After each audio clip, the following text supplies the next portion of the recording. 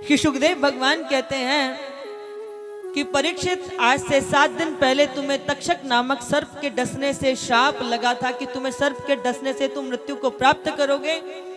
आज ये वही 7वां दिन है। आज तुम्हें तक्षक के डसने से तुम मृत्यु को प्राप्त होगे। 7 दिन तक दिवस तक तुम्हें मैंने ये कथा श्रवण कराई। तुमने अनेक प्रश्न पूछे, मैंने उन प्रश्नों का समाधान किया। अब मैं तुमसे पूछना चाहता हूं कि आज यह 7वां दिन है, क्या तुम तक्षक नामक सर्प के डसने से मृत्यु को प्राप्त होगे? तो सुखदेव भगवान ने जब प्रश्न किया तो परीक्षित ने कहा, प्रभु मृत्यु तो उसकी होती है जिसका जन्म होता है। जिसका जन्म ही नहीं हुआ उसकी मृत्यु कहां से होगी? ये जन्म तो शरीर का हुआ, शरीर की मृत्यु होगी, पर मेरे अंदर भासने वाली वह आत्मा तो अजर अमर है। आत्मा न जन्म लेती है न आत्मा की मृत्यु होती है। इसीलिए जिसका जन्म ही नहीं होता उसकी मृत्यु कहां से होगी? इसलिए न मेरा जन्म हुआ है न मेरी मृत्यु होगी। और सुखदेव भगवान बड़े प्रसन्न होते हैं कि वत्स, आज तुम्हें मेरा कथा सुनाना सार्थक हो गया, क्योंकि जिसका जन्म हुआ उसकी मृत्यु ही कहां से होगी? जन्मना और मृत्यु होना तो काया का स्वभाव है, काया का गुण है, परंतु आत्मा तो नित्य मुक्त है। और बंधुओं, बहुत बार लोग आत्मा की मुक्ति के लिए न जाने कौन कौन से सदप्रयत्न करते हैं, परंतु आप मुझे एक बात बताइए कि आप मुक्ति किसकी करते हो? जिसका बंधन होता है। क्यों? मुक्ति किसकी होती है? जिसका बंधन होता है। आत्मा की कोई मुक्ति होती है क्या? आत्मा किससे बंधी हुई है? रस्सी से बंधी हुई है, जंजीर से बंधी हुई है, किससे बंधी हुई है? हाँ? आत्मा किसी से बंधी होती है क्या? आत्मा नित्य मुक्त होती है। जब आत्मा नित्य मुक्त है, उसका कोई बंधन ही नहीं है, तो फिर मुक्ति कैसी? इसलिए आत्मा की मुक्ति का प्रश्न ही व्यर्थ है, झूठा है। आत्मा नित्य मुक्त है। बंधन से बंधा है तो मन को बंधनों से मुक्त होता है, लेकिन आत्मा की मुक्ति का प्रयत्न चर्चा करना भी मूर्खों की चर्चा है, क्योंकि आत्मा तो नित्य मुक्त है। इसलिए भागवत की कथा हमें आत्मज्ञान देती है कि शरीर का जन्म होता है, शरीर की मृत्यु होती है, आत्मा नित्य मुक्त है। न आत्मा जन्म लेती है, जिसका जन्म ही नहीं हुआ उसकी मृत्यु कहां से होगी? इसलिए यह आत्मज्ञान ही व्यक्ति के जीवन को मुक्त करता है। इसलिए भागवत की कथा हमें यह दृष्टि देती है परीक्षित की कथा से कि आत्मा नित्य मुक्त है। इसलिए बंधुओं, जिसका जन्म नहीं, जो बंधन में नहीं, उसकी मुक्ति कहां से करोगे? तक्षक नामक सर्प आया, उसने परीक्षित की देह को पाया, पर आत्मा तो परमात्मा में पहले ही विलय हो चुकी है। आज से 7 दिन पूर्व हमने यह श्रीमद् भागवत कथा प्रारंभ की थी। आज हम अब इसके विश्राम दिवस के पर हैं और अंतिम चरणों में हैं। आज से 7 दिन पूर्व हमने ये कथा प्रारंभ की थी और कथा यहीं से प्रारंभ हुई थी, परीक्षित और सुखदेव के संवाद से। अब हम परीक्षित और सुखदेव के संवाद पर ही पहुंच गए। बंधुओं, मैंने उस दिन भी कहा था कि परमात्मा चराचर सृष्टि में व्याप्त है। ये सृष्टि ही परमात्मा का स्वरूप है। और भगवान जैसे ये वस्त्र है, ठीक है ना? ये क्या है? वस्त्र है। इस वस्त्र में मैंने ये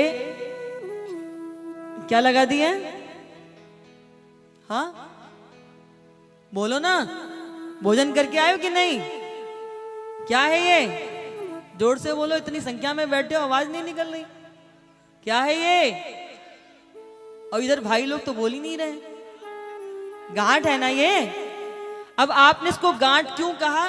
क्योंकि इसने, कपड़े ने, वस्त्र ने एक आकार ले ली, एक, और उसको तुमने क्या कह दिया? गांठ। ठीक है ना? पर जब ये गांठ नहीं थी तब क्या था ये? हाँ, जोर से बोलिए। कपड़ा, वस्त्र। और जब इस वस्त्र में हमने ये बना दिया तो आपने इसको क्या कह दिया? पर मूल में क्या है? मूल में क्या है? वस्त्र है, कपड़ा है। और अगर अब मैंने ये गांठ खोल दी तो वो गांठ कहाँ चली गई? आकाश में कि पाताल में?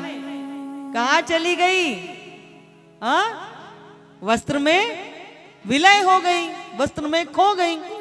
ऐसे ही हम संसार में, ये जगत परमात्मा से बनता है, परमात्मा में टिकता है और परमात्मा में ही विलय हो जाता है। भगवान से अलग हमारी कोई सत्ता नहीं है। हम उसी में बनते हैं, उसी में टिकते हैं, उसी में लय हो जाते हैं। जब हमारा जन्म नहीं हुआ था तो हम कहाँ थे? परमात्मा में। काया मिल गई तो हमने काया को मैं कहना शुरू कर दिया। पर जब ये काया चली गई तो हम कहाँ चले गए? फिर उसी में विलय हो गए। आपने कभी देखा जब घर में आप बिजली का बटन दबाते हो तो फिर क्या होता है? उस बटन को दबाने से बल्ब में प्रकाश आ जाता है। आपने बिजली को के बटन को, स्विच को ऑफ कर दिया तो वो बल्ब बंद हो जाता है। बल्ब के ऑन करने से बल्ब जलता है, बंद हो जाता है, परंतु बिजली मर तो नहीं जाती ना। है तो वो सर्वत्र, लेकिन ऑन किया तो प्रकट हो गई, ऑन नहीं किया तो वो प्रकट नहीं हुई। पर बिजली तो है ना।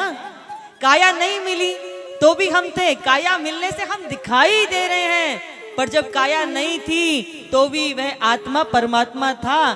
काया मिल गई तो हमें उसकी प्रतीति हो रही है, पर जब ये नहीं थी तो भी वह परमात्मा यानी कि आत्मा रहती है। जैसे मिट्टी सर्वत्र है ना, हवा सर्वत्र है ना, अग्नि सर्वत्र है ना, जल सर्वत्र है ना, ऐसे ही आत्मा भी सर्वत्र है। मिट्टी तो थी ना, घड़ा बना लिया तो आपने उसको नाम दे दिया, घड़ा है, सुराही है, कुल्लड़ है, सकोरा है। पर जब बर्तन नहीं बनाया था तो मिट्टी नहीं थी क्या? तब भी तो थी ना। पर आपने बर्तन बना दिया तो नाम दे दिया, आकार दे दिया, रूप दे दिया। पर वो घड़ा फोड़ दो तो घड़ा कहाँ चला गया? मिट्टी में लय हो गया। मिट्टी समाप्त थोड़ी हुई। बात समझ में आई कि नहीं आई? मिट्टी तो पहले भी थी, घड़ा बनने के बाद भी वो घड़ा दिखाई दे रहा है, लेकिन मूल में तो वो मिट्टी है। और घड़ा फोड़ दोगे तो घड़ा कहाँ चला गया? वो फिर मिट्टी में ही बदल गया। ऐसे ही हम और आप कहीं चले नहीं जाते।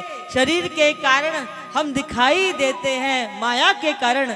पर जब शरीर नहीं था तब भी वह आत्मा थी, जब शरीर पाया तो भी वह आत्मा भासित है, और जब वह शरीर छूट जाएगा तब भी वह आत्मा रहेगी। और जिसे यह ज्ञान हो जाता है कि मैं शरीर नहीं हूं, मैं तो, मेरा निज स्वरूप तो आत्मा है। आत्मा ना जन्म लेती है ना मिटती है, इसलिए ज्ञानी व्यक्ति की मृत्यु कदाचित भी संभव नहीं है। इतना ज्ञान पाना ही आत्मज्ञानी का लक्षण है, और ये भागवत कथा हमको देती है। अब बताओ कितने लोगों की मृत्यु होगी? हाँ, कौन कौन मरेगा?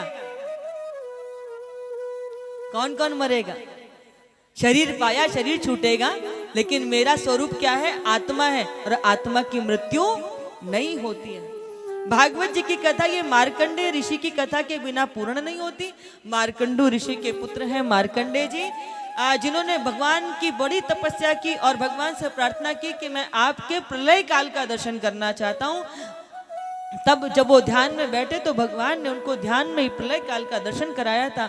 सारी सृष्टि जलमग्न हो गई थी, जल में डूब गई थी। तब वो तैरते जा रहे थे, तैरते जा रहे थे। जब उन्हें जल के सिवा कुछ नहीं दिखाई दे रहा था, तब उन्होंने क्या देखा कि एक बट के पत्ते पर नन्हे से बाल मुकुंद अपने पैर के अंगूठे को चूस रहे थे। वटस्य पत्रस्य पुटे शयानम बालम मुकुंदा मनसा स्मरामि। भगवान ने अपने बाल स्वरूप का दर्शन कराया था।